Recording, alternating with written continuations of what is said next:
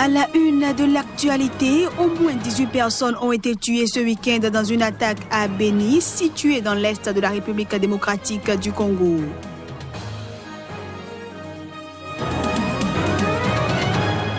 En Tunisie, des pluies diluviennes se sont abattues sur le Cap Bon, donnant lieu à d'impressionnantes inondations qui ont fait au moins 5 morts.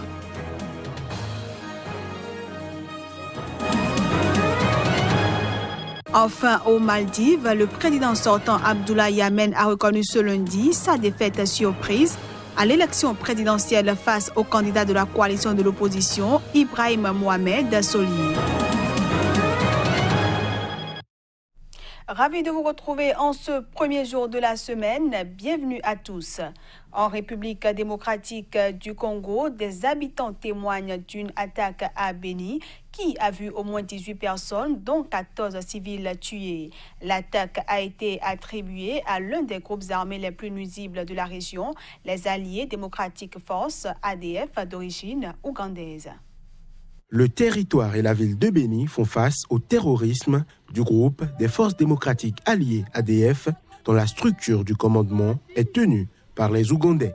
Ce week-end encore, une nouvelle attaque de ces derniers a fait plusieurs morts. Et selon plusieurs témoignages, l'attaque a été lancée à la tombée de la nuit entre 18h30 et 19h sur un quartier est de Beni, ville commerçante de plusieurs centaines de milliers d'habitants.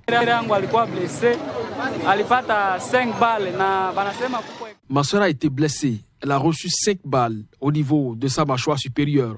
J'ai vu là-bas, à l'hôpital, 5 militaires blessés et 26 corps. J'ai vu que les corps étaient descendus d'une camionnette militaire, puis apportés à la morgue. Donc, il est à 19h. La première bombe est tombée vers 19h. Nous avons entendu l'ennemi lancer des cris de joie. Ils étaient nombreux, les femmes et les enfants parmi eux. Ils ont barricadé cette route. Il y avait 3 personnes à bord d'une moto. On a tiré sur 2 d'entre elles sur place et la 3e s'est échappée de justesse. Nous avons encore entendu les enfants des ennemis lancer des cris de joie. Ils se sont approchés après des victimes et les ont découpées avec des machettes. J'étais en train de voir toute la scène. L'attaque a suscité l'indignation sur les réseaux sociaux où certains Congolais dénoncent l'impuissance de l'armée et de la force de la mission des Nations Unies au Congo MONUSCO qui dispose d'une base à Beni. Au Mali, les leaders de l'opposition ont dénoncé la répression de leurs manifestations interdites par les autorités. C'était lors d'une conférence de presse au cours de laquelle ils ont demandé la libération de leurs militants détenus par la police. La plateforme condamne avec la dernière rigueur ces actes inacceptables, dénonce les arrestations arbitraires survenues ce jour 21 septembre 2018 et exhorte les responsables à se ressaisir en libérant immédiatement ces victimes innocentes. Ce que nous attendons, c'est un geste réel qui montre qu'il y a effectivement une main tendue. Ce jour-là, on pourra nous dire, vous n'avez pas pris une main tendue. Mais pour le moment, elle est invisible. Mais nous aurons quel type d'État? On aura un État où les chefs des institutions, comme par exemple le président, avant même d'être investis, se croient obligés d'aller remercier le président d'un autre pays de l'avoir aidé à conserver le pouvoir. Ça, c'est quel État? C'est un État vassal. En Libye, les combattants de forces de gouvernement d'union nationale se sont engagés dans de nouveaux affrontements avec des groupes armés au sud de la capitale libyenne, Tripoli. Notons qu'il s'agit du gouvernement reconnu par la communauté internationale. Voici les images. De nouveaux affrontements ont repris dans la matinée de samedi dans le sud de la capitale libyenne. Ils viennent ainsi mettre un terme au combat qui marquait une pause au lendemain d'une journée de violence ayant fait au moins 15 morts et des dizaines de personnes blessées. Nous essayons de protéger la population des missiles qui tombent chaque jour dans les zones d'Enzara, Zouk, Al-Jama et Tripoli. Nous essayons de garder la guerre loin de Tripoli. Nous ne voulons pas la guerre, mais nous défendons nos familles, nos maisons et tout cela pour défendre Tripoli. Nous soutenons le gouvernement d'union nationale.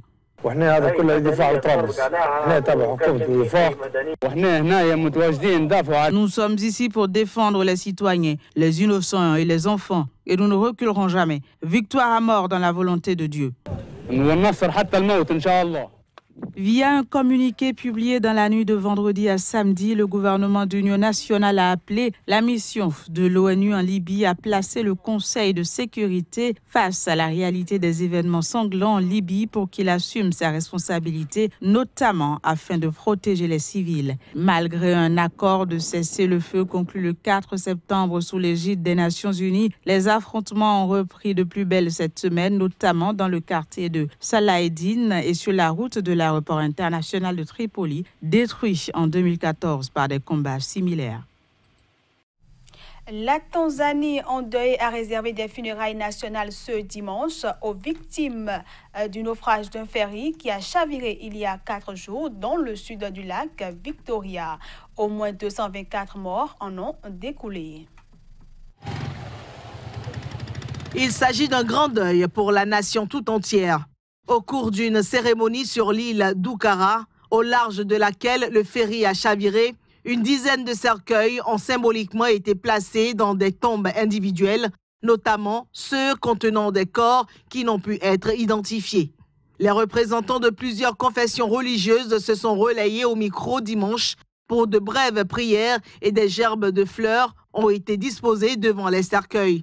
Les autres cercueils ont été mis en terre après la cérémonie où avaient été déjà emmenés par des proches souhaitant des funérailles plus intimes. En tant que l'un des chefs religieux de l'islam, nous sommes venus représenter l'institution pour offrir nos condoléances. Nous sommes en deuil. Nous avons perdu notre cheikh de l'île Oukara. Nous l'avons enterré hier à Oukéwéré. Feu Aboubakari Hussein, père sur lui. Le docteur John Pombe Joseph Magufuli a été choqué par la nouvelle de la tragédie et il en est attristé. Il m'a demandé de transmettre ses condoléances aux familles qui ont perdu un proche. Je souhaite que nous puissions retourner à nos vies normales et que les âmes de nos bien-aimés qui ont déserté reposent dans la paix éternelle. Les drapeaux, comme à travers tout le pays, sont en berne pour 4 jours de deuil national ayant été décrété vendredi par le président John Magufuli. Le premier ministre de Tanzanie, Kassim Majaliwa, a indiqué qu'un mémorial serait érigé à Oukara et que les opérations de recherche des corps se poursuivaient, ainsi que des travaux en vue de sortir le ferry du lac. La présidence tanzanienne a annoncé que l'enquête a été confiée aux organes de défense et de sécurité. Ce journal se poursuit. Impressionnante inondation au Cap Bon en Tunisie. Des pluies diluviennes se sont en effet abattues sur cette péninsule du nord-est du pays. Au moins 5 morts ont été enregistrés et routes, commerces et véhicules ont été détruits par dizaines. C'est à des pluies records que l'on assiste ces derniers jours en Tunisie. C'est l'équivalent de plus de 6 mois de précipitations. Dans certains quartiers de Nabeul, chef-lieu du gouvernorat, l'eau est montée jusqu'à 1,70 m. Il s'agit des plus importantes précipitations en une si courte période depuis le début des statistiques en septembre 1995, d'après l'Institut national de la météorologie tunisien.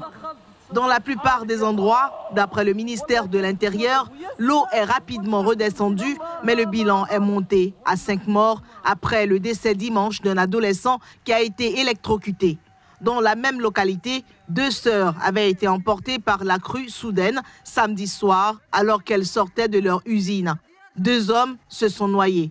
Des commerçants ont pu constater dimanche l'ampleur des dégâts dans leurs boutiques, tandis que les réseaux téléphoniques sont restés coupés dans une partie de cette péninsule à une 50aine de kilomètres à vol d'oiseau de la capitale Tunis. Dans la région, les cours sont suspendus dans certaines écoles ce lundi. Ces inondations fréquentes en automne exaspèrent une partie de la population qui reproche aux autorités de ne pas entretenir les systèmes d'évacuation et le lit des rivières. Face à la situation, un conseil ministériel restreint a été créé. La Côte d'Ivoire se tourne vers les véhicules solaires. Objectif, remplacer les taxi-brousses. Et selon la mairie et le promoteur, entre 500 et 1000 personnes utilisent les voiturettes solaires chaque jour. Des voiturettes solaires à 3 roues pour remplacer les assourdissants et polluants taxi-brousses ou wara-wara. C'est le pari de Jacquesville, station balnéaire à l'ouest d'Abidjan, qui ambitionne d'être la première cité écologique de Côte d'Ivoire. Ces voiturettes à 3 roues, mesurant 2,7 mètres de long et 2 de haut, sont couvertes de panneaux photovoltaïques chargeant 6 batteries de 12 volts.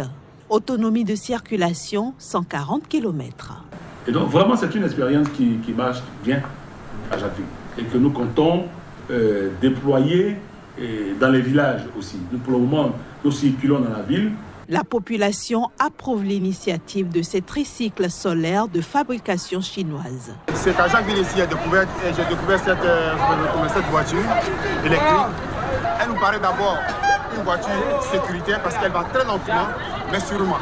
Et du coup aussi monétaire, c'est un arrangement. Avant ici les déplacements c'était à 200, maintenant du coup 100 francs. Et puis on a cette voiture qui fait un peu l'innovation ici à Jacquesville, quoi. Entre 500 et 1000 personnes utilisent les voiturettes solaires chaque jour, selon la mairie et le promoteur.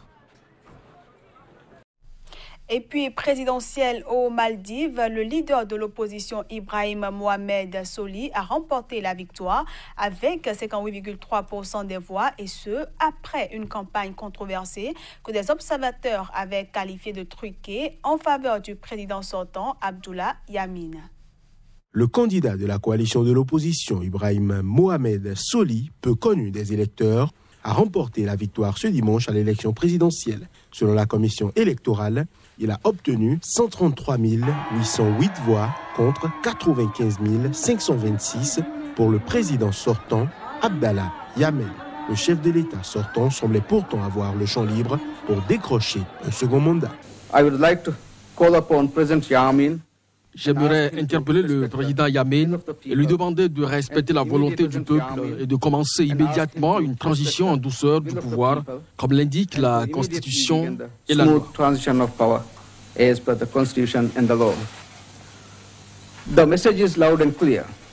Le message est clair et fort. Le peuple des Maldives veut le changement, la justice et la stabilité. Dans les 5 prochaines années, nous consoliderons la démocratie en grandissant les droits de l'homme et en assurant la responsabilité.